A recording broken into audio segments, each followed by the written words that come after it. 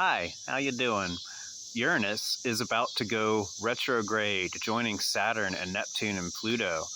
And this is going to be a very interesting time for us. When Uranus goes retrograde, that is a time for us to reflect on sudden changes and innovations that we may need to make in our lives. Starting in Gemini, that is going to have sudden changes in how we think about things and how we talk about things.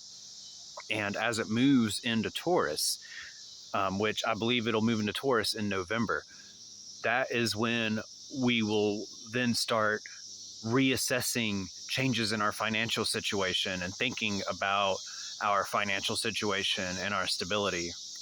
And I find this really interesting how this is going to play out on a global scale, because these retrogrades have the power of outer planets, even when they're not outer planets. But Uranus is an outer planet already, and so that means that its effects are felt by society as a whole.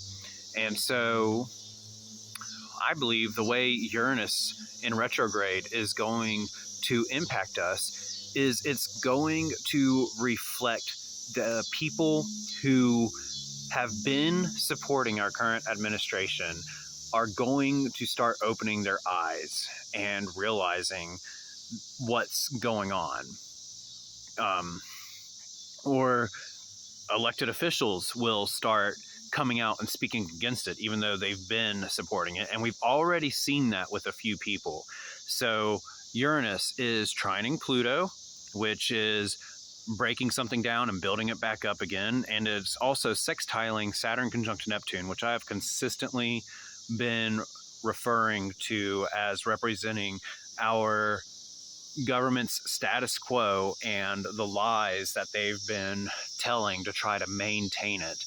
And I mentioned a couple of weeks ago when Saturn moved into Pisces, still conjunct Neptune, but now in Pisces instead of in Aries with Neptune, that was when these lies were going to start not working out for the government as well. And that has proven true, as we've seen.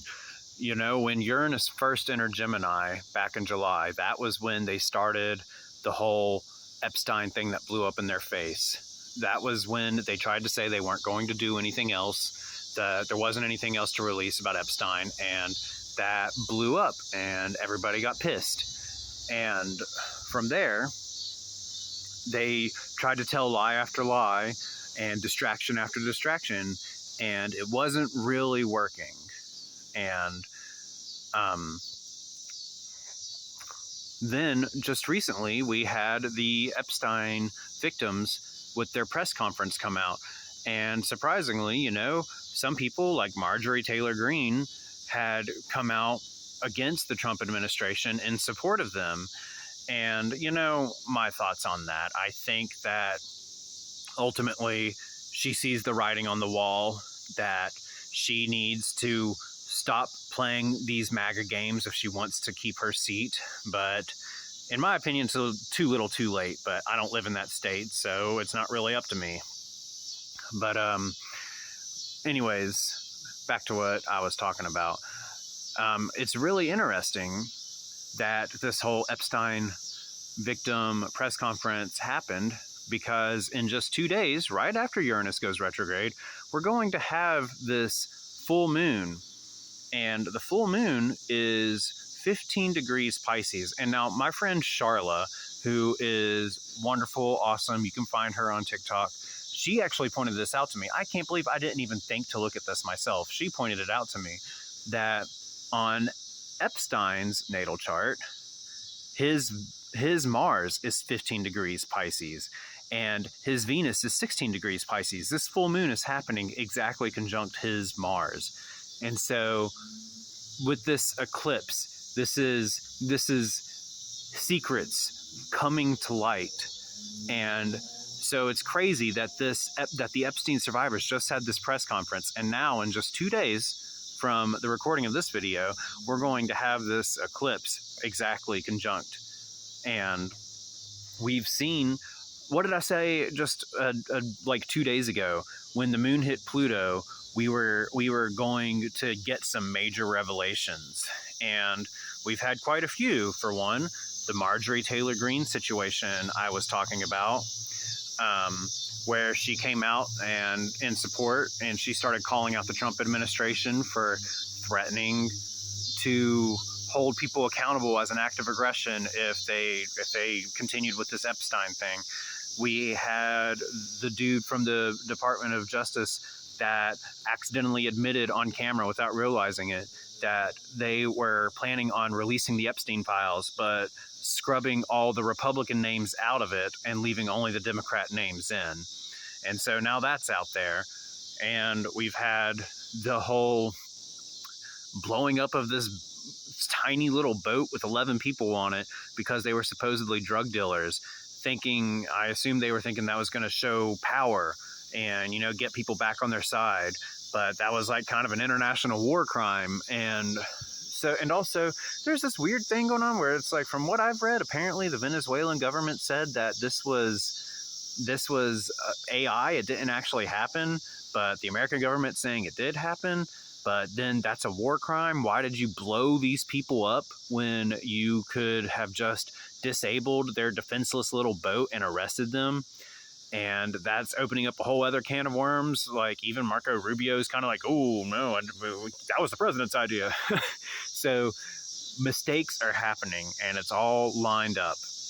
And another really interesting thing about this full moon that I wanted to bring up is I don't normally talk about the houses of the full moon because that's specific to me, but this one felt like I should, because for where I'm at for this full moon, the IC is 29 degrees Pisces, and so that's the end of the matter of these hidden secrets that this is all talking about. And by the way, I'm going to do a video tomorrow about the full moon, and I'm not going to include politics on it. It's going to be about how it affects us personally. So I'm just kind of getting that out of the way now.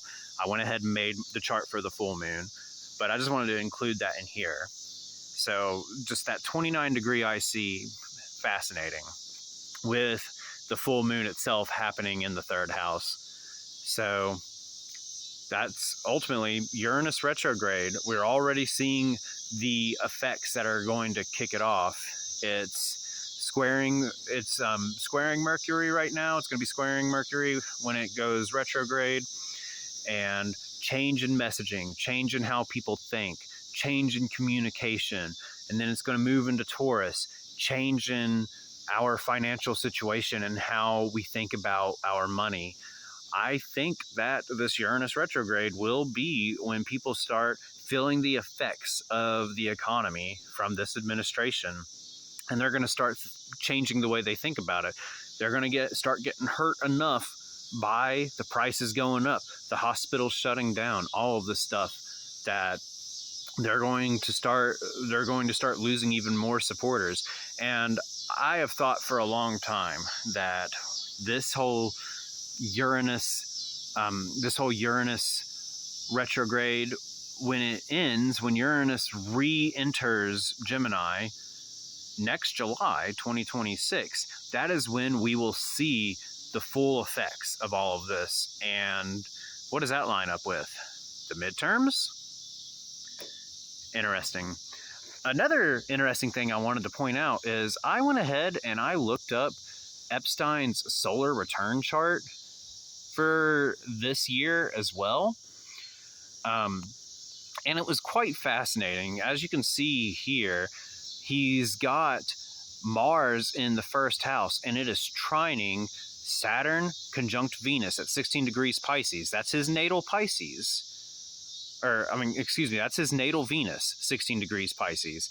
So he has Mars in the first house, conjunct that Saturn conjunct Venus, Mars trine Saturn conjunct Venus at the 10th house, and also it's trining Neptune. So the lies, what he did, the lies of it, coming out into the public, reflected in his solar return chart as well this year. This is an interesting time to be alive, and I'm out of time, so I hope you all have a wonderful day.